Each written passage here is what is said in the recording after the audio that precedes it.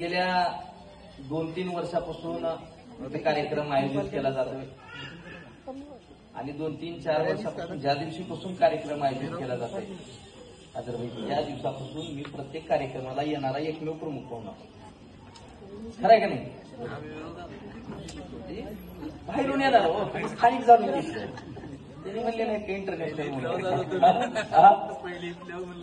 नाही म्हणजे शहर सोडून बाहेर आता ग्रामीण औषधातलंच आहे पण ग्रामीण भागातला दिशान खुर्च्या गेला का ना थोडी.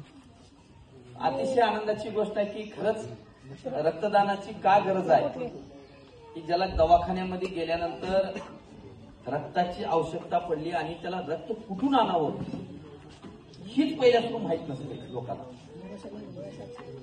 रक्त म्हणलं की मग आपल्यासारख्या तुमच्यासारख्या आमच्यासारख्या पुढाऱ्याला कोणतं फोन करते रक्ताची गरज आहे आणि त्याच्यानंतर सामान्य कुटुंबातल्या माणसाला ते 1000, 1200, 1500 रुपये द्यायची सुद्धा होत नसते. पण रक्तदान शिबिर आयोजित केल्यामुळं तुमच्याकडे कार्डाची व्यवस्था असते आणि त्याच्यामुळं त्या माणसाला ती कार्ड वळल्यानंतर फ्रीमध्ये व्यवस्था होते. म्हणजे रक्तदान केल्यावर खरं तर युवकाला स्वतःच्या शरीरासाठी तर चांगलं आहेच आहे.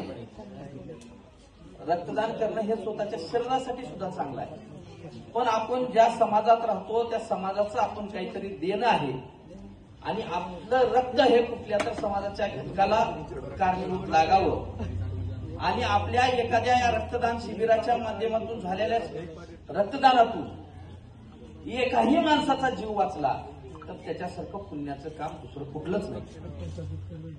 त्याच्यामुळं सदारत दी इसका मैं शुक्रिया अदा करता हूँ. रक्तदान ये सबसे बेहतरीन दान है.